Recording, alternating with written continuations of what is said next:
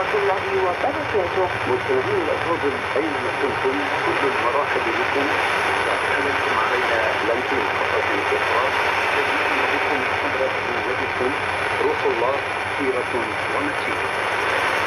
فيها شعر الإمام السني الراحل رحمه الله فيما يتعلق بالدفاع عن الإسلام وحكمته فكونوا معنا.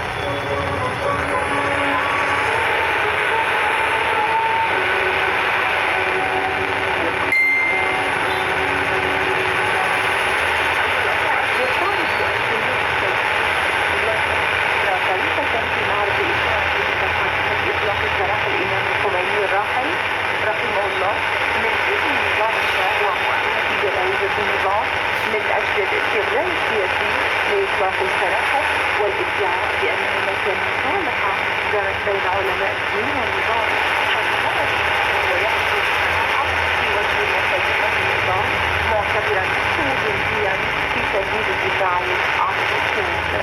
بعد وقت سراح الإمام من سجون نظام الشاه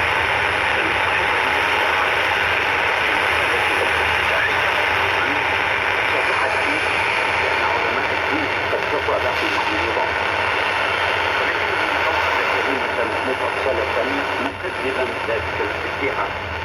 وقد جاء العقيد مولوي رئيس منظمة الساحات في طهران إلى السنان للاعتذار منه، وبدأ مقتضي الحديث والاعتذار بأن خطأ قد حدث.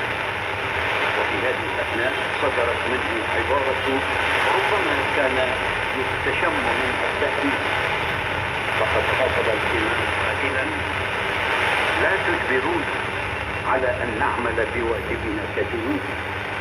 وهنا رد عليه الإمام بعصبية وهو يشير بسبابته إلى صدره المبارك: أنا أيضا جندي للإسلام ولا تضطرون إلى أن أعمل بواجبي كجندي.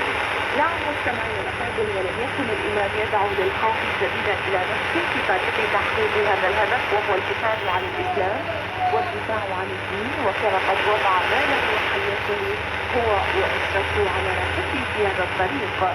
وفي خلال الفترة التي كان يعيش فيها في المنفى كان قد بعث رسالة بأن لا يتوسط له أحد في سبيل إطلاق سراحه، ولكن حينما رأى الإنسان الكبير على ذلك قال: إلا إذا كان حفظ الإسلام رهنا بإطلاق سراحه.